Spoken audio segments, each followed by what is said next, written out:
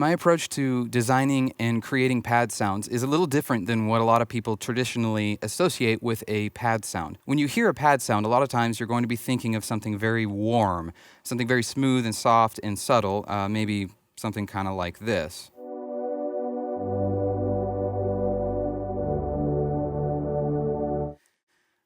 And the thing is that those patches, you can start there and have them kind of created to be warm and subtle and cool. But what I like is a wide range of sounds. And what a lot of people don't know is that these sounds are created by taking away frequencies. And so what that means is if you start with a brighter sound, you can use what's called a low pass filter to cut out those high frequencies, and you end up with a more that dark sound. But what that means is that you can kind of morph these sounds as you play them to create anything you want. So my traditional pad sound that I start with sounds something like this. So I actually have no warm or subtle pad sound in my live set, and oftentimes I don't even really approach anything that way. I don't pull open a patch called warm pad. What I pull open sounds like this.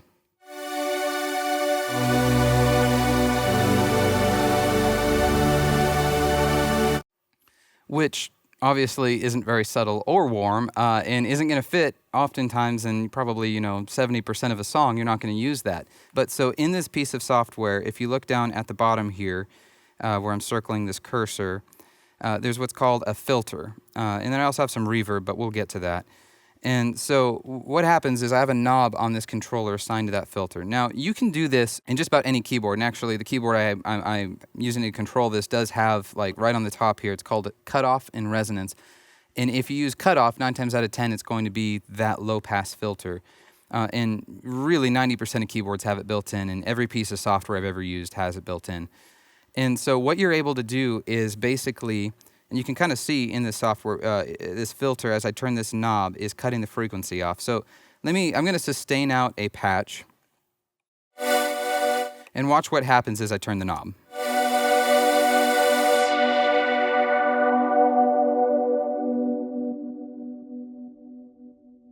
So what you're seeing is the frequencies kind of cut out. You can see that cut off frequency and the slope that happens where it's cutting out the high and letting in the low. So you're able to take a sound and morph it very quickly from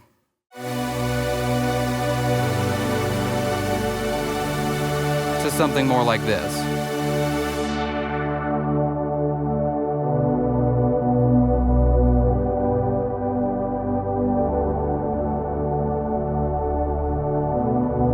And then the cool thing about that is you can kind of fine-tune this sound to then fit in the mix however you want. If you want it to be just kind of in between, a little bit brighter, it's very easy to do. You just turn the knob a little bit.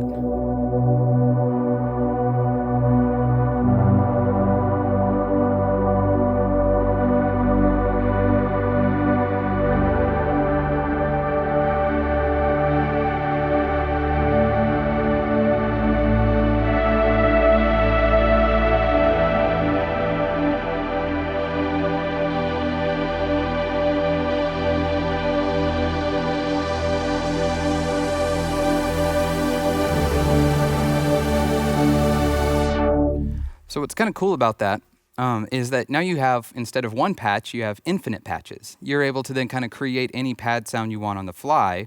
And you can stack this with other effects. You saw I had a reverb unit on there. This particular patch, you won't notice it, but if I had something more like a choir, per se, if you're wearing headphones right now, you're going to hear that that's coming out straight down the middle. It's kind of neat when I turn the knob. You're going to hear that widen and get to the left and right.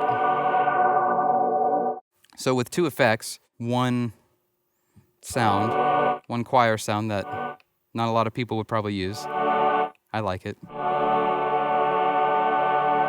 You can transform really simply, again, into that subtle pad.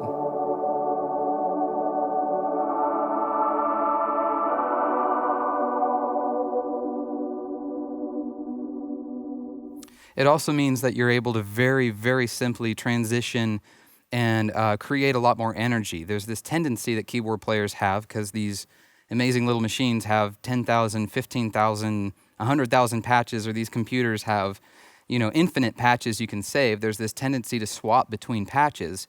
I really like the idea of being able to, instead of swap patches, just kind of morph a sound so that maybe the chorus has a really, really bright pad and the verse has that kind of darker pad. And then for the pre-chorus, we kind of sweep up into a more of a in-between spot. And so there's all these little combinations and movements you can make, and it really adds to the energy of a song. That's my basic kind of direction for pads and sound design. This is something you can take very simply. Find a reverb patch, find a low-pass filter in your keyboard or software, and apply it at your church this week.